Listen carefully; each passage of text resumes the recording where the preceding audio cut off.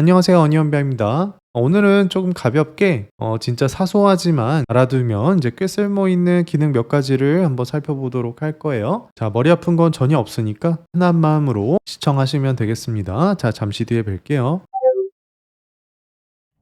자, 첫 번째는 Shift 버튼을 이용해서 이제 여러 데이터 포인트들을 이제 선택하는 건데, 여기 이제 샘플 리포트가 이렇게 있고요. 여기 우측에 이제 행렬 차트가 있죠. 자, 아마 여러분들이 여기서 뭐 데이터를 이렇게 Shift를 누르고 클릭을 하면 여러 개를 이제 선택하실 수 있다는 거는 아마 이미 알고들 계실 거예요. 뭐 컨트롤 버튼도 마찬가지고요. 자, 근데 제가 말씀드리려고 하는 거는 이런 데서도 이제 Shift 버튼을 누르고 이렇게 범위를 선택을 하면 이렇게 잡힌다는 거예요.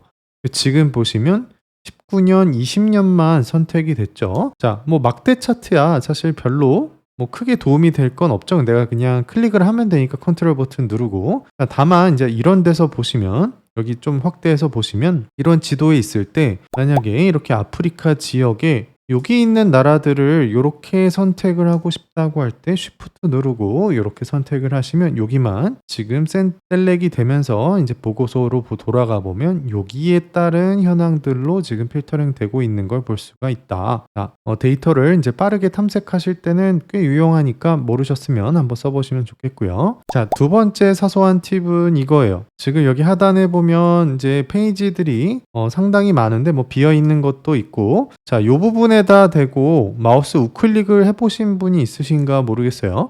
자, 여기다 대고 오른쪽 클릭을 하시면 여기 있는 모든 페이지들의 목록이 이렇게 나타나요. 그래서 맨 끝으로 만약에 이동을 하고 싶다 그러면 여기를 선택을 하시고 이렇게 화살표를 딱 누르면 이쪽으로 이렇게 이동하는 걸 볼 수가 있다. 자, 여기 이제 밑에 페이지들이 엄청 많아지기 시작하면 이 이동하는 것도 일이죠. 그래서 오른쪽 클릭해서 뭐 이 페이지 자체를 이 방법으로 이동을 시킬 수도 있지만, 내가 보고자 하는 거를 이동하고자 할 때는 여기다 오른쪽 클릭해서 내가 원하는 데를 선택하고, 뭐 화면은 나타났지만 실제로 클릭도 이동을 하려면 여기를 한 번 더 누르시면 이렇게 나타난다. 밑에 페이지도. 자, 페이지가 많으신 분들은 한번 사용해 보시면 좋겠습니다. 자, 세 번째 팁은 이제 여기 말고 다른 페이지에서 이제 보여드릴 건데, 자, 여기에 이제 이런 막대 차트가 있다고 할 때 물론 콤보기는 하지만 여기에 최대값과 최소값에만 색깔을 이제 빠르게 조건부 서식으로 입히고자 할 때 복잡한 수식 없이 하는 방법이에요. 자, 여기를 눌러서 이제 서식으로 이동을 해보겠습니다.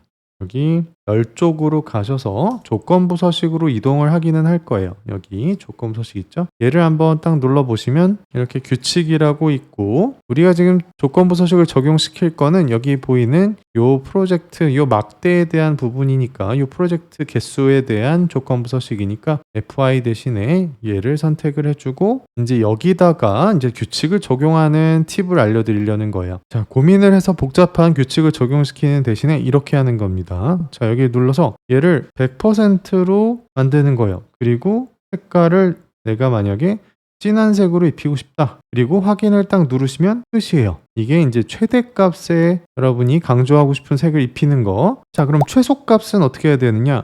이미 눈치채신 분들도 있겠죠. 자, 다시 조건부 서식으로 가서 새 규칙을 이제 하나 더 추가를 하고요. 이번엔 뭐겠어요? 이번에는 예상하시는 것처럼 0%로 해서 얘를 뭘로? 나는 요 노란색으로 하고 싶다. 그러면 이렇게 하고 확인 이렇게 눌러주시면 최대값, 최소값이 앞으로도 이제 자동으로 조건부 서식이 적용이 된다. 자, 다음으로 이제 사소하지만 알아두면 쓸모있는 기능 중에 하나는 이제 또 Shift 버튼이랑 상관이 있는 건데요. 이거는 테이블 개체밖에 안 되고요. 아직은. 자, 현재는 이렇게 프로젝트의 개수 기준으로 이제 내림차 순으로 이렇게 정렬이 되어 있는데, 이제 가끔 하나가 아닌 두 가지의 기준으로 정렬을 해야 될 때가 있죠. 예를 들면 여기 이제 클릭을 해보시면 뭐 섹터별로 이렇게 먼저 내림차순을 한 다음에 그 안에서 이제 프로젝트 기준으로 내림차순 정렬을 추가로 하고 싶다. 자, 그러면 이 부분에서 이제 Shift 버튼을 누르고 헤더를 한 번 더 누르시면 지금처럼 이렇게 화살표가 이제 두 개가 나타나는 거 볼 수가 있죠. 그러면 일단 섹터로 먼저 내림차순 정렬이 됐고, 이제 그 안에서 이제 프로젝트의 개수 순으로 이렇게 또다시 정렬이 되는 걸 볼 수가 있다. 자, 이렇게 그 다음으로 넘어가면 이제 정렬이 또 다시 시작되죠. 자, 사소하지만 유용한 다음 파워 BI 기능은 아마 이미 많이들 알고 계실 것 같기도 한데 강의를 하면서 그래도 많이 강조하는 부분이니까 작업성을 위해서 자, 이런 거죠. 여기 이제 여러분이 작업하시면서 여기저기 메뉴를 막 찾아서 막 열었을 때 이거가 너무 복잡하죠. 그래서 여러분이 원하는 메뉴를 찾기도 힘들고 물론 여기에 이제 검색 기능도 있기는 하지만 이렇게 펼쳐져 있는 대로 두면 여러분이 원하는 기능을 그 다음에 찾아 들어가거나 내가 지금 어디서 뭘 작업하는지 모른다. 그래서 이렇게 아무데나 대고 오른쪽 클릭을 해보시면 뭐가 있냐면 모든 범주 확장 축소가 있습니다. 그래서 저도 이 모든 범주 축소 기능을 종종 사용하니까 한번 눌러서 접은 다음에 그 다음에 여러분이 원하는 메뉴들을 찾아 들어가시면 좋을 것 같아요. 다음으로 이제 사소한 기능 하나는 측정값을 작성할 때 쓰실 수 있는 단축키인데 여기 예를 들어서 이런 측정값을 눌러서 이렇게 안에 이제 식이 이렇게 있다라고 할 때 식을 지금 제가 설명드리려는 거는 아니니까 자, 식에 대한 설명은 차치하고 예를 들어서 지금 보시면 얘가 현재 지금 작성된 식이고 밑에는 이제 메모 처리가 돼 있는 거죠. 그래서 이렇게 슬래시 2개 하면 메모인 거 많이들 아실 텐데 자, 제가 이렇게 메모를 해놓은 거는 이런 식으로 처음에 작성을 했다가 나중에 이제 이렇게 바꿨는데 참고로 얘를 그냥 메모에 남겨둔 거죠.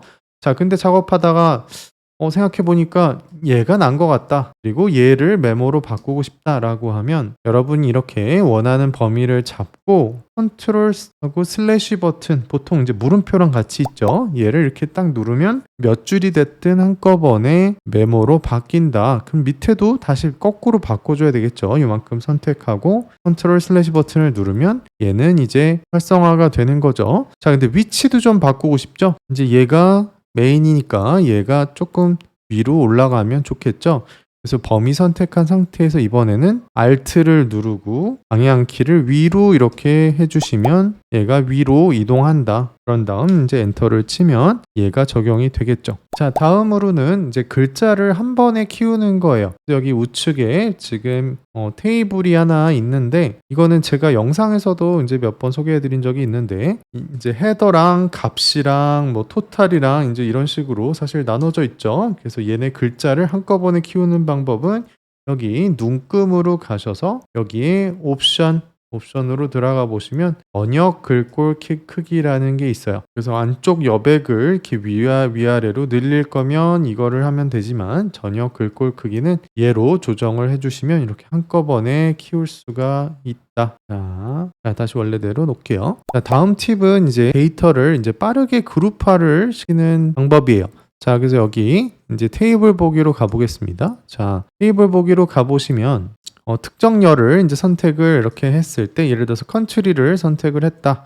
그러면 상단에 이렇게 데이터 그룹이라는 게 있죠. 그래서 뭐 써보신 분들도 있을 텐데 혹시 안 써보신 분들은 이제 빠르게 데이터를 분류를 하는 거죠. 그래서 이 말 이렇게 있다 그러면 뭐 여기는 A 그룹, 뭐 여기는 B 그룹, 뭐 이런 식으로 이제 어떤 수식 없이 여러분이 이제 데이터를 그룹화를 하실 수 있는 건데 자, 한번 사용을 해볼게요. 자, 이렇게 눌러보시면 새로 생길 열의 이름 기본적으로 열을 만들어내는 거고요. 열의 이름을 여러분이 바꾸실 수 있고 여기에 이제 안에 항목들이 쭉 나와 있다. 그래서 뭐 국가가 나와 있으니까 상당히 많은 국가가 있겠죠. 자, 이 중에서 만약에 여러분이 딱 요 정도만 이렇게 선택을 하시고 얘네만 별도의 이름을 두고 싶다라고 하면 여기 하단에 그룹화라는 게 있죠. 얘를 이제 눌러주시면 그 국가들만 이렇게 묶이는 거예요. 그래서 여기를 더블 클릭하시면 여러분이 이름을 지정해 주실 수 있다. 그리고 또 원하는 나머지 그룹들도 이렇게 쉬프트로 선택을 하시거나 컨트롤로 선택하셔서 얘는 뭐 B 그룹 이렇게 해줄 수 있는 거죠. 그리고 나머지들은 어떻게 하느냐? 나머지들은 여기 다른 그룹 포함이라는 기능이 있어요. 그래서 얘를 이제 체크를 해주시면 기타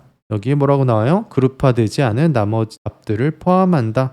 얘는 뭐 이름을 C 그룹으로 하셔도 되고 아니면 그냥 기타 그룹으로 묶으셔도 괜찮다. 그리고 확인을 이제 눌러보시면 이렇게 이런 아이콘이 뜨면서 여기에 이제 새로운 열이 이렇게 생겨난 걸 볼 수가 있죠. 눌러보면 이렇게 세 개의 그룹으로 묶인 걸 알 수가 있다. 자, 편집은 어떻게 하느냐? 자, 편집은 여기 다시 들어가셔서 데이터 그룹 편집을 누르시면 여기서 뭔가 변화를 주시거나 아니면 그룹 해제를 하실 수가 있다. 안 써보신 분들은 써보시면 좋겠고요. 자, 이제 마지막 기능은 이번 2025년 10월 업데이트에 포함된 내용인데 이런 거예요. 자, 이제 여기 보시면 테이블 개체죠. 이제 행렬 차트 말고 테이블인데 그동안 이제 저희가 작업을 하면서 상당히 불편했던 기능 중에 하나가 요 열의 이제 너비를 우리가 좀 더 넓혀서 이 공간을 좀 채우고 싶다. 근데 얘는 이렇게 겉에 있는 요 개체만 사이즈가 바뀔 뿐 이 안에 있는 내용들은 사실 이렇게 일일이 이렇게 조정을 해주거나 아니면 다른 트릭을 이제 사용을 했어야 되죠. 자, 그래서 이번 업데이트에서는 이걸 자동으로 이렇게 꽉 채워주는 기능이 새로 출시가 됐다. 자, 너무 기쁜 소식이긴 하죠. 다만 이제 약간 버그가 있는데 아무튼 자, 그 기능이 어디 있느냐? 자, 이제 요 부분이 열 머리글이죠. 그래서 여기 열 머리글로 한번 가보시면 이렇게 열어보시면 여기 옵션 기능이 있다. 그래서 옵션 기능을 열어보시면 이제 이거는 전에도 계속 있었던 거고요. 자동 크기 너비. 그 밑에 보시면 크기 조정 동작이 콘텐츠에 맞추기가 있고 이거는 이제 현재 그 기존 설정인 거고요. 그 밑에 보시면 새로 나온 게 크기에 맞게 확장이라는 버튼이 있어요. 그래서 얘를 한번 눌러볼게요.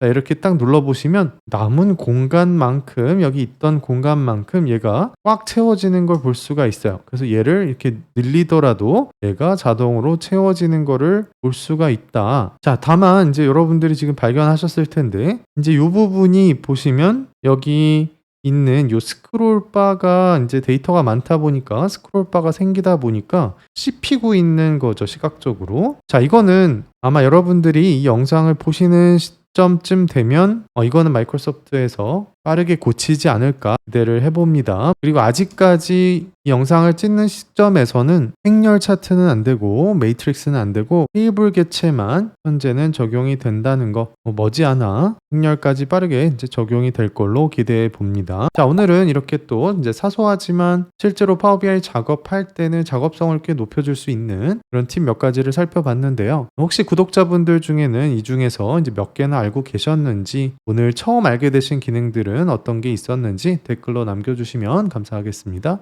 다음에 또 좋은 컨텐츠로 뵐게요. 감사합니다.